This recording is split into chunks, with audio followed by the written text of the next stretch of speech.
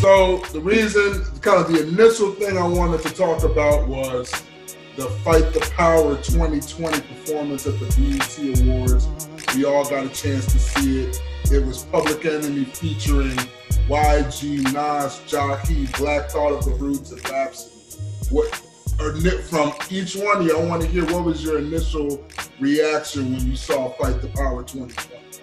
I was scared because I don't like remakes. I don't like remakes and remixes. That I don't like. And for me, that initial Fight the Power, that initial song, that's groundbreaking for me. That's right. I think I was just graduating high school.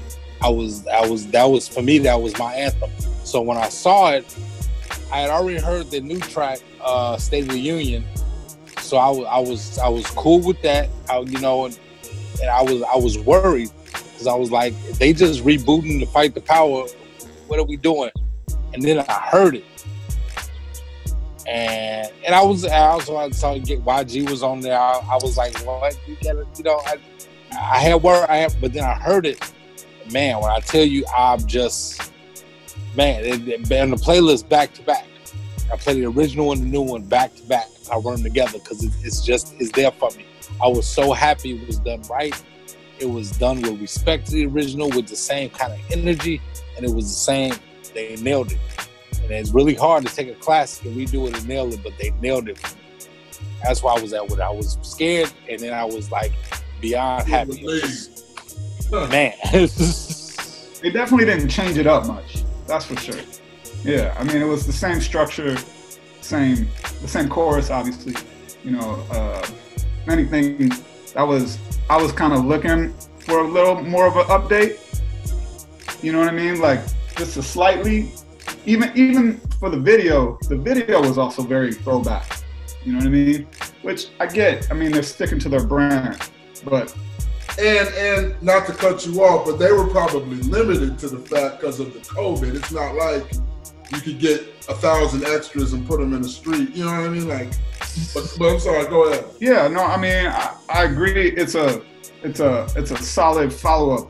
I was struck by how, well, first off, you still need this fucking song, right?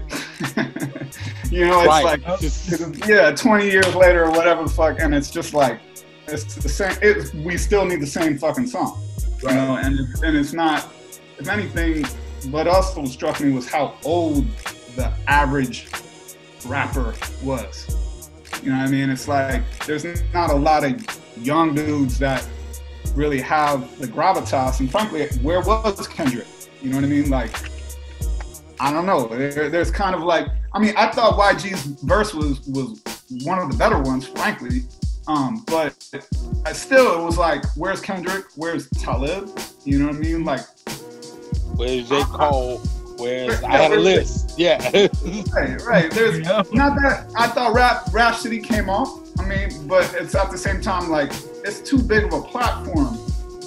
You know what I mean? Where you don't have more of a murderer's row of, just like, I don't know. That would be my one critique. And also like, I kind of wanted more from Nas. You know what I mean? Like, yeah, I thought the verse was like, in many ways, like it wasn't his strongest verse. Right. You know what? Before you go, I don't mean to cut you off. No, go ahead. Specifically on that. Nas is my favorite rapper of all time. It's probably between him and Fonte, but I think it's probably. I knew you was gonna say that. Nas, Fonte, or Rakim, one of those three. I think this is probably one of the least verses I've ever heard from Nas. Like I've heard verses from Nas where I'm just like, wow, wow. I didn't get that from this one. And I like him, and I'm a Nas fan. Nas let Nas down. Nas let Nas down. Right. Exactly right. But anyway, I'm sorry. Anton, Key of MC, what do you think, brother? I like how we slide. I like to slide that little North Carolina thing. You mentioned Fonte. I'm glad Rhapsody was on the track. North Carolina in the house always. I think about saying we're all older. I can tell we're all fans, but we're all older now. And the backpack side of me, we growing up, we're like, man, nobody can't do that. But being 2020 and we need that message to really carry over, and that so the youth can feel maybe a little bit of what we felt when we first heard that track, you know. And I think that's much needed. Like Demetrius said, that's much needed. I think y'all both touched on that. It's good to have that. The reboot, we need it. You know what I mean? So they can have their version of it and carry it over. Even though like Nas on there, like I agree with you. I would expect Nas to come a little harder and represent and show that you a true OG. So I was like, come on, Nas, you can't ride off the name, and we still gotta put some content into them lyrics, man. But you know, overall though, I'm happy it was done. My next bullet point was, and I think we've kind of already started on that, but who do you think came the hardest on the track? I'm seeing thinking in three different. Yes. I'm seeing three different set of gears turning in the head right now. It is.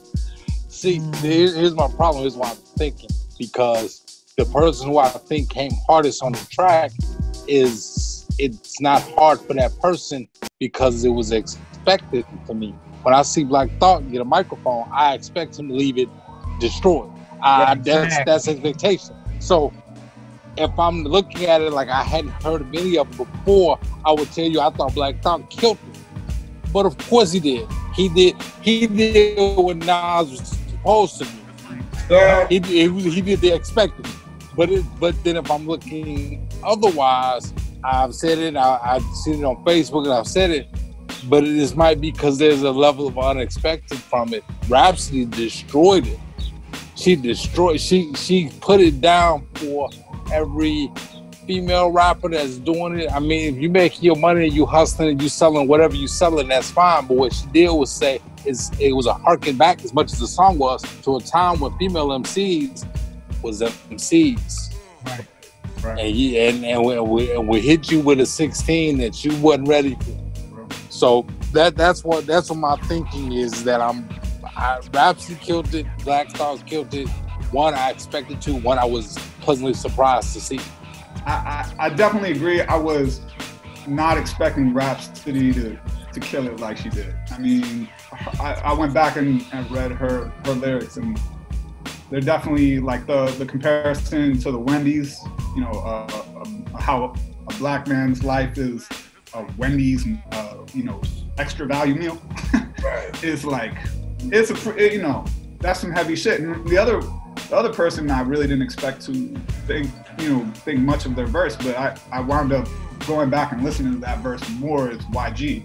Well, you know, I'm not gonna lie, I'm not a huge YG fan. You know, the whole take Lil Bang.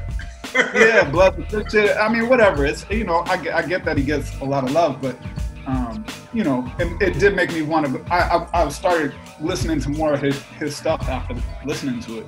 You know, like, okay, yeah, dude is, you know, he's thinking about shit.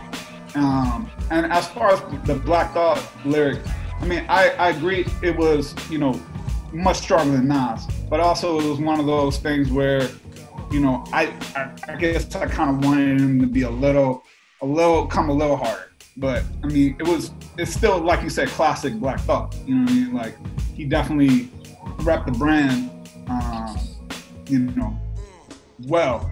But yeah, I mean, I was kind of shocked that the two that I was most impressed with were definitely Rhapsody and YG.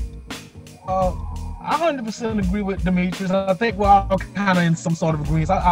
Black Thought wrecking Crane. That's, I mean, when he's on the track, it's to be expected now. That's his baseline. He's gonna kill it if he's there, you know. And then, you know, if I say Rhapsody, I want to say it without being biased, because North Carolina no Rhapsody. She's killing it. She's killing it. I'm all thinking North Carolina in Chicago. How, you know, that's crazy, right? But yeah, I was like, whoa, you represented really hard, you know. So I'm in agreement with those two. Yeah, Rhapsody, surprised, not surprised. Black Thought, yeah, that's what you're supposed to do, you know. Okay. So yeah. My initial, when I heard it, I went crazy over Rhapsody. I thought she killed it. And, you know, part of it for me is, and I know this is me.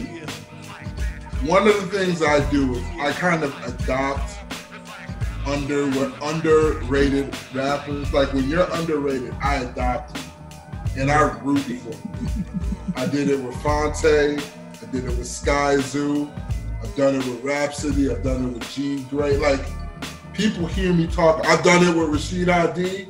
I've done it with D-Jack. Like I've done it with people because I want to see them succeed on kind of a more wide scale.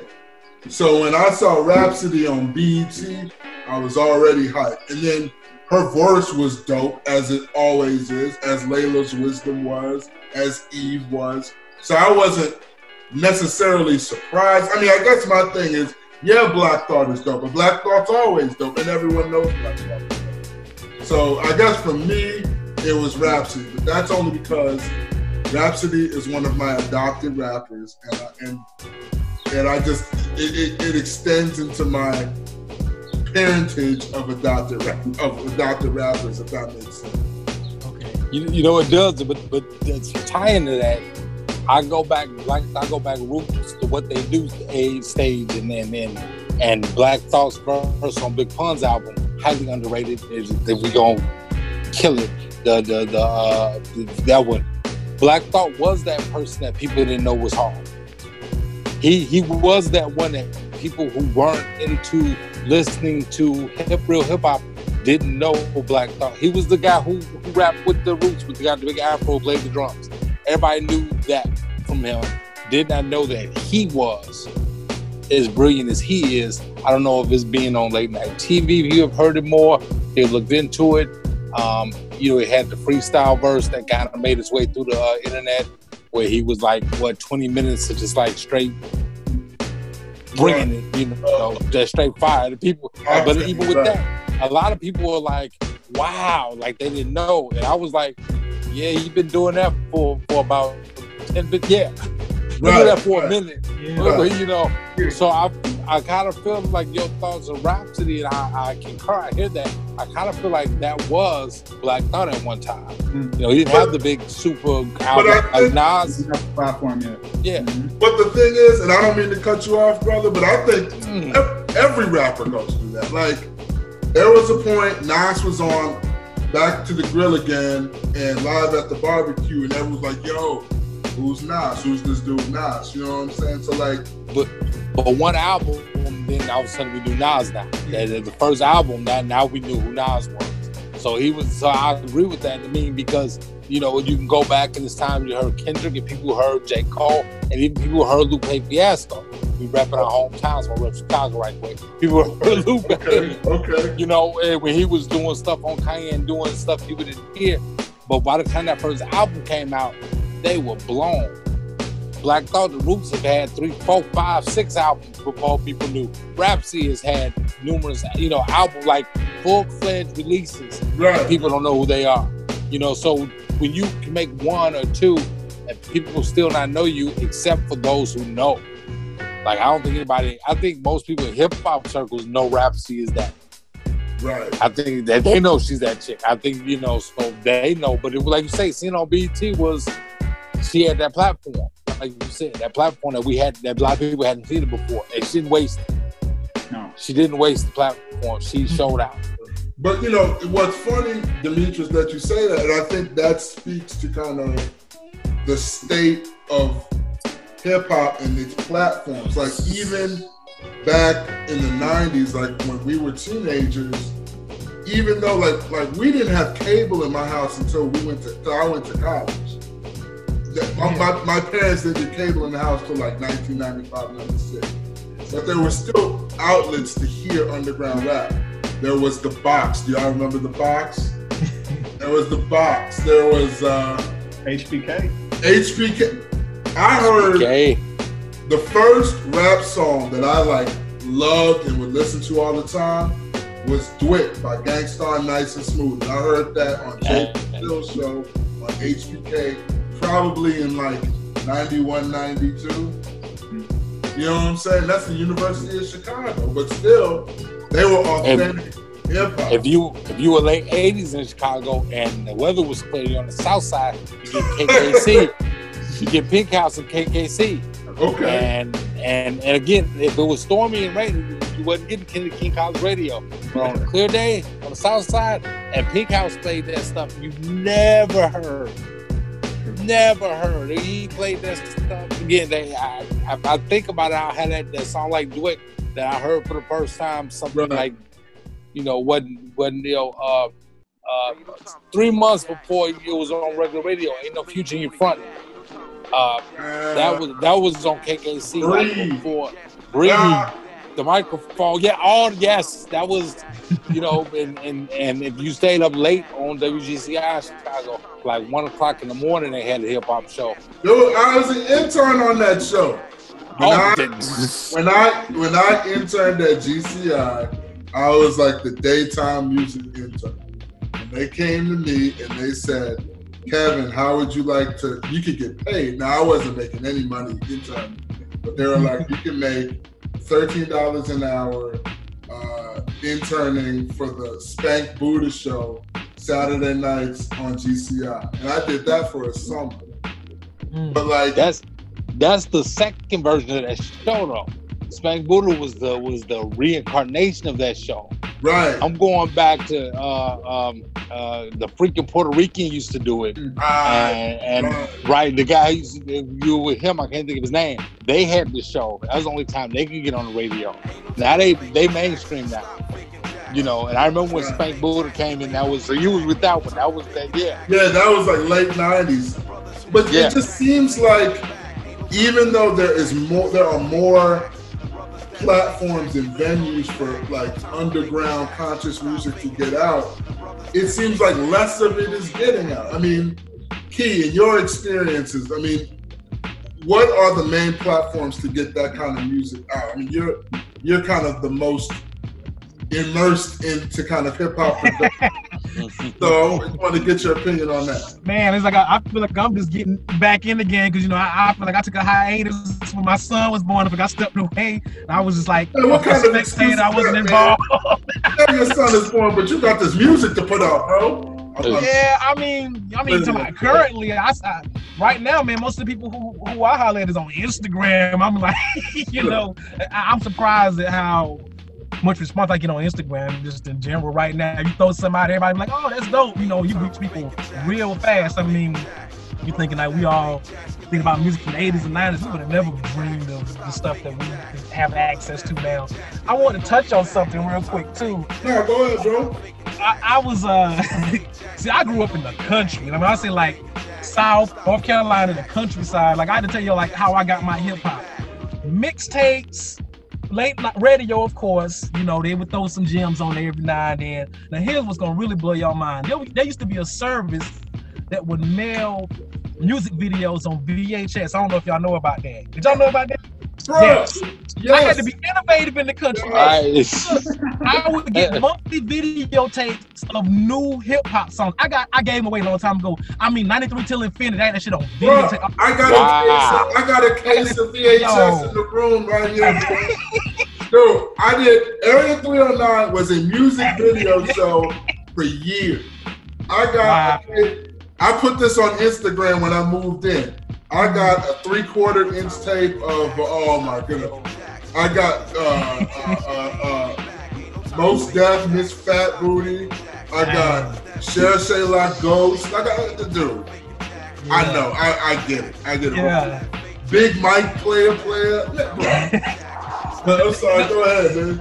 Now that's the struggle. So, the youngers won't know about that struggle and they won't never have to. That's good because we did what we had to do, rewinding tapes and fixing VCRs and cassette decks.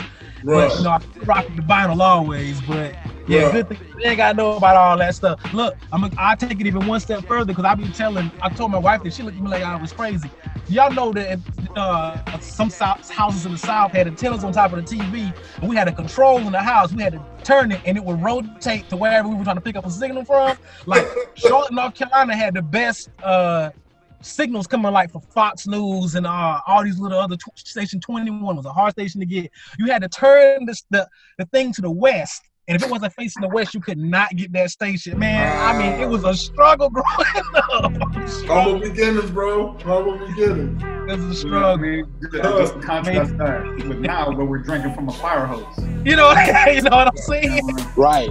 It's like, I mean, you ask why so much of the conscious content, doesn't rise to the surface. It's because it's, there's so much of the other shit that's coming out that it's, how it's you're competing with a lot of static. Yep. Right.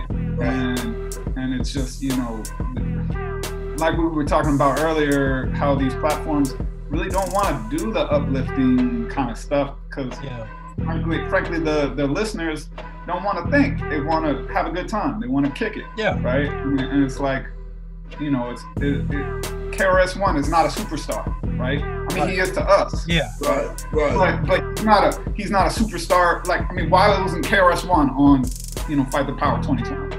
Right. Like he's, you can't get much more. He's literally a colleague of Public Enemy. But right. So you figure there's going to be an extended cut, right? There's got to be an extended cut, right? There could be a 35-minute version. Right. It's going to be like a 35-minute. Or there could just be like 6 different remixes and you put 4-5 different people on each one. That's what I was waiting on, because that's what they normally do. You'll have a remix and everybody else will have a verse. Because I'm thinking, hearing that, if I'm in the game, I'm like, I want 16 on that. I want to be on that. Right. It's history. For the ones that didn't make it on the cut, look, you want to get everybody on one track? Self-Destruction 2020. Everybody. That has to be coming. That's another one. I'll be worried. Because again, that's another one for me. It's a classic, and I'd see a remake, and I'd be like, "Oh, don't mess it up." Because MC Light's verse on that part, man. Because again, we got a conscious group effort song, and it's the female who might have came hardest. Right. Because Sexual about self-destruction, and Chuck and Flav came hard. Kumo D actually came hard. Chris came hard. But if we break it down, MC Light's verse on that, to me, is beyond classic. It's the standard by which, to me, every female MC must hold. Well, this is your bar. Let me say this, Demetrius. I don't mean to cut you off, but no, you good. Until I heard Jean Grey, MC Light was the greatest female MC of all time to me. Until I heard Jean Grey, and then when I heard Jean, to me, Jean is the best of all time. I've never heard a female MC make better music. But you keep Rod Digger. I've had this argument. Both of them. This argument with Demetrius before. Demetrius always brings up Muhammad D. I do, but you gotta understand that she likes my future ex-wife, so it's personal there. I'm just saying, because like real talk, you put Cha Cha Cha on right now, I'm getting off this call and going to listen to it. I'll be back in like 3 minutes and 48 seconds. I'm back. As much as I know it's not polite to bring up her name, Lauryn Hills is still one of the best rappers. No, L Boogie is one of the best rappers. L Boogie's one of the best rappers. L Boogie, right. I got you on that, yeah. Yeah, but her verses are. She's not. No, I'm not disagreeing at all. Not at all. But has she put out enough music to be put in that conversation? I feel you, but at the same time, she has classics. Very true. You can't deny her contribution to the catalog. That's like Illmatic. Like we know Nas has done some things here and there, but Illmatic always his first album still carries him a lot. Miseducation of Lauryn Hill will carry her whole career. Right. It's powerful. But for the hip hop version, it's her verses on the Score album that carry L Boogie. True. And that's really the first time I heard Rod Digger was when her and Digger got down on the Score album. Mm-hmm. And Digger and Boogie, they was going back and forth with it. L rocks the Doobie and I rock the Nubian Twist 9-6. That's the Rod Digger. That's when I got on Rod Digger. I was like, there's some more fire out here, some more female fire. So and yeah, Nas, Jay told us about Nas, and we just didn't listen, but he told us. It is Illmatic, and then the rest is. And I know that's your favorite rapper, but you know what? That's another discussion for another day. Yeah. I'll probably bring all of you back to have that discussion, but I want to say, get back to Fight the Power. So one of the things I know we've been talking about is kind of who we would have expected or who we would have thought might be on there or not. So you are God's A&R, and you control this project from the beginning. You could take one person off and put one person on. Who would it be?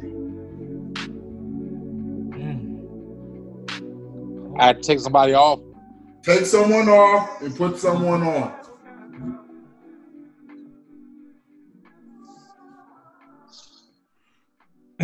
I mean, the gears are spinning. Kendrick needs to be on there. I mean, I think him of all the young kids out there, whatever, the next generation, I think it's kind of hard to see a Fight the Power without him. But their voice, yeah, I just feel like, to be honest, the song would have much bigger bandwidth if he was on it. You know what I mean? Like, as much as I think everyone did their thing, but it's like when Kendrick touches something, you know what I mean? It's like, I mean, I don't roll with Lil Wayne, but Weezy, when he touches something, or Drake, he touches something, it's like they have an effect that just makes it more, you might say mainstream or whatever, but I feel like Kendrick, for his voice, and just everything, he should have been on it. I don't know why it's not. Yeah, that's if we can all just say Kendrick needs to be on it, and then answer your question. I agree. Who else? Because I think we're all gonna window with Kendrick should be on there. Kendrick. Kendrick is say who else? Right, correct. And if you felt the need to have an OG and keep it conscious, I'm gonna plug my city. I'd have got rid of Nas and put Common on there. See, that's what I was low-key thinking too. Like, I would almost take Nas off of it. Not because Nas isn't dope, but just he doesn't need to be on it. Like, Nas is already as big as I think he'll ever be. Like, that's what I would like to see is someone get kind of catapulted to the mainstream through this. You know what I'm saying? Just like Fight the Power put Public Enemy kind of on the main, or it kind of helped them on their mainstream kind of in terms of notoriety. So I probably would take Nas off and maybe put like Sky Zoo on there. Because I don't think, there's some people that don't even know who he is. Yeah. But he's one of the dopest rappers, so I think a lot of people don't even know who he is. You know what? You made me think of something when you said, y'all was talking about Common. It's like we just talked about, when you think of a rapper and you think about the power they hold, is it because of, like, you saying, oh, I know them from, like, when you look at Nas, are you saying, oh, you constantly doing things dope, or dang, Illmatic was dope, but like Common is still relevant. Like, lyrically, I like Common. I think he's still strong. I don't know how y'all feel about Common, but like, the thing about Nas was on there, but like, was his star power that's carrying Nas on the track? Like, okay, Nas is there. He's, like, or are we just, I don't know. I don't know, just mean like, is he riding off the star power, or we just think of him as a strong rapper that needs to be there? Like I said, dang, in that case, what you said, Kevin, Common needs to, in my feet, like you said, needs to be there more than Nas would be there, because Common has a name, but he's still lyrically strong. I don't know if that makes sense. I don't know if I'm making sense. You know what? Make a little counterpoint. We're talking about Nas. So let's talk about Nas for a second. One of my favorite Nas songs of all time is The Season, the one he did with Dilla. And I realized that that's one of my favorite songs because of them, not necessarily because of Nas's lyrics. Like, those aren't Nas's strongest lyrics. You know what I'm saying? And the reality is that Nas has had such good lyrics in the past that maybe I might give him a pass. I might personally be giving him a pass now on such good. But I'm sorry, Mike, go ahead. I didn't mean to cut you off, bro. Well, one thing to add on to that, I mean, let's not forget that Illmatic had a fucking incredible list of producers on that. Yeah. On that. Like, Yes. not much more It wasn't hard for him to come off on those beats. You know what I mean? Like, you hear stories about the shit that he didn't put on there, and people were still like, yeah, that shit was fire. But I mean, my problem with Common, I obviously a lot of love for Common, but I feel like it's off brand for him. I know that sounds fucked up, but he's more on that love shit, not on that like the power shit. So I mean, and also I do think Common has gone pretty damn mainstream, frankly. I mean, he doesn't need this, right, for his name recognition. I mean, I think what's more interesting is how, you know, as a bunch of Chicago heads, we're not even talking about Kanye, right? He has completely removed himself from the conversation, even though, again, like on that L Boogie shit, he's got catalog, right? He has got some incredible contributions to the culture, and you can't. No question about it. But I'm sorry. Go ahead. Yeah, but well, again, it's like if we're talking about star power on a song like this, you know, how do you instantly update it? You know, if it's not Kendrick, it's another K name, you know, Kanye, right? And it's like, you know, it's like this could have been in some ways like his reemergence as a black man, not not a whatever Ben Carson, you know, remix or whatever the fuck he is, you know. So yeah, I don't know. It's kind of a, you know, as Chicago, we want to see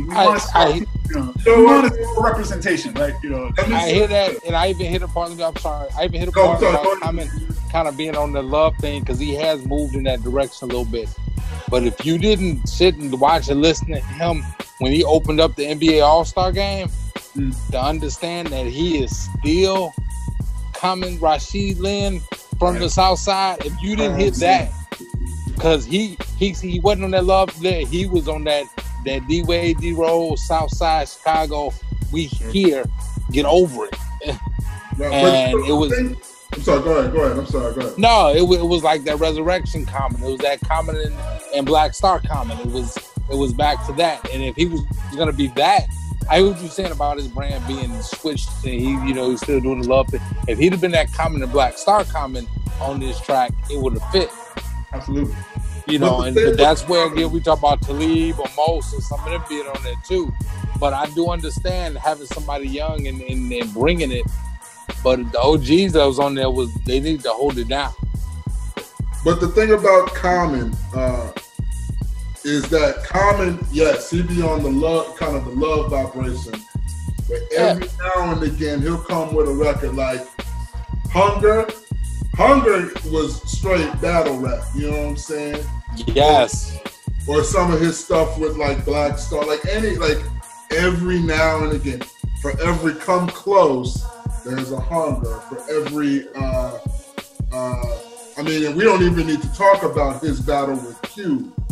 You know what I'm saying? Like that can go without saying. You know what I mean?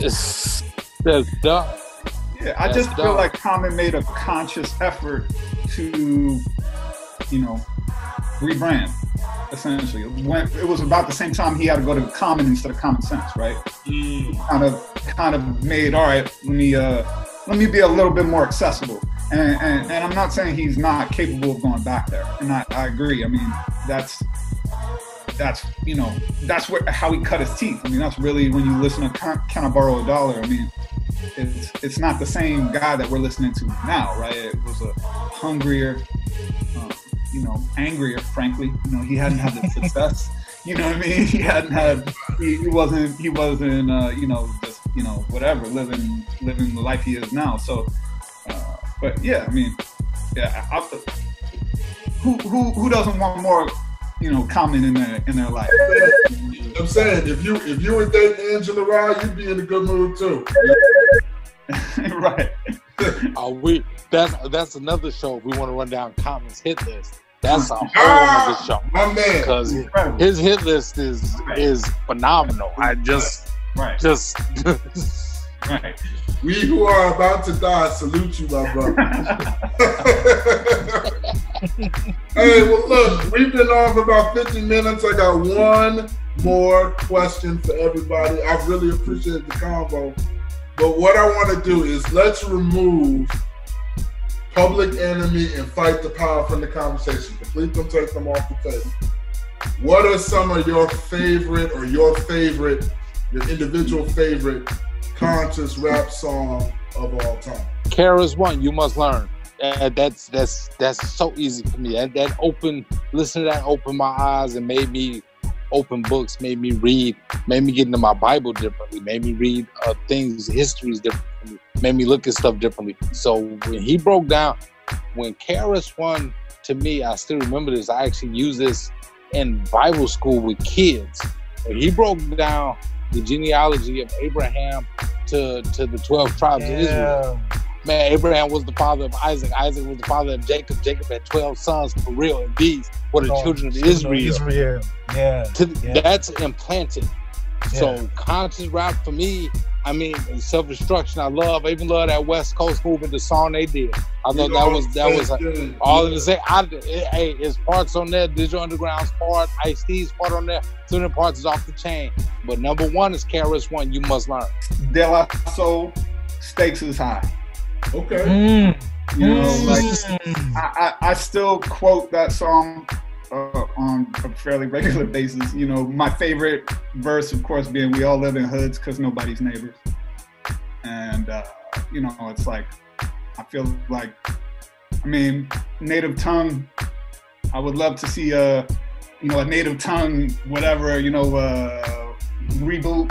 You know, it's like obviously, it would look a little different, but I feel like they always were the ones that frankly elevated the conversation when everyone else was trying to just keep it to, bitches and whatever. You know what I mean? It was like Dela was native tongue, that they kind of laid the groundwork for Tribe. And, when you think about what that inspired in the culture, and how that kind of stream was always at odds with the gangsterism, the more hardcore. Obviously, we know who kind of won that war, unfortunately. Right. But, the resistance continued. Yeah, man, I'm sitting here going through these songs in my head and these artists. If you can't think of one, think of some of them that come to mind. Just to kind of spit all the names is hitting me, like X-Clan, Poor Righteous Teachers. Even when Queen started, Queen on African, man. Oh, man. Can I just call out Roscoe? Oh my God! That one say the nature of the threat. That was my God! I've ever heard in my life. Yo, they can't play that to this day. I don't think Roscoe can get on anywhere because of that shit. Like that little down or whatever it was. It was even stuff that came to my mind immediately, but I'm like, I don't know if I should make it. Yeah, that was even stuff we didn't know was conscious though. Because think about early Goody Mob. Yeah. But is F the Police conscious? F the Police could be conscious. Yeah, without question. Without question. David Bull could be conscious. Can we go to that though? The F the Police thing. I mean, I understand that is obviously some at the heart of the issue these days, right? And I don't know, it's the F the Police as much as it's not helping the conscious to say that, right? That's my feeling. It's like we have to figure out how to coexist, or whatever. It can't be a mutually exclusive scenario. Is all I'm saying. And it's like, as much as I would scream that shit at the Dilla. I'm a head, so it's like he play that shit all the time. And it's like, there is if we're talking about consciousness, like it's saying fuck the police, really elevating consciousness, right? Well, I wonder. That's fair. I wonder if we at that time had an understanding that F the police really meant F those police. Right. These who are doing this. If we understood that, and maybe if that's getting lost in the argument. That's what, I was going to say something similar to that. Is I think in that time, that came out what, like 88? Was it 90 or 88, 89? 89, 90, right around there. Late 80s. Like back then, most of the country didn't realize the angst that was going on in the inner city. So, as kind of violent and as, you know, non-productive as it is to yell F the police, the fact that someone was saying it in this very public venue was conscious because it brought that reality to most of America that wasn't there. I guess I should answer, but I'm thinking a lot of the same ones you already mentioned, but like self-destruction, we're all in the same gang. Like I remember those. You know, I took Public Enemy out, but you know, like a lot of BDP stuff. I mean, you know, but I guess self-destruction would be. But I mean, that's kind of an easy. You know what I mean? It's fair though, because it was good. It is easy, but it's easy because it was good. It wasn't. Yeah. That actually works. Right, but I love X-Clan's intro. That to me was. We talked about that. State of Vainglorious as we are protected by the red, the black, and the green. The green at the crossroads. Yep. Well, anything, brothers, I appreciate all of you. This has been a really good conversation. When I initially planned it, I thought it was going to be like 15 minutes. We've been talking for an hour, and I think it's been all good. So I really appreciate all you guys being a part of it. Thank you so much. Yeah. You put it together. It's on you. Yeah, Yeah, man. absolutely.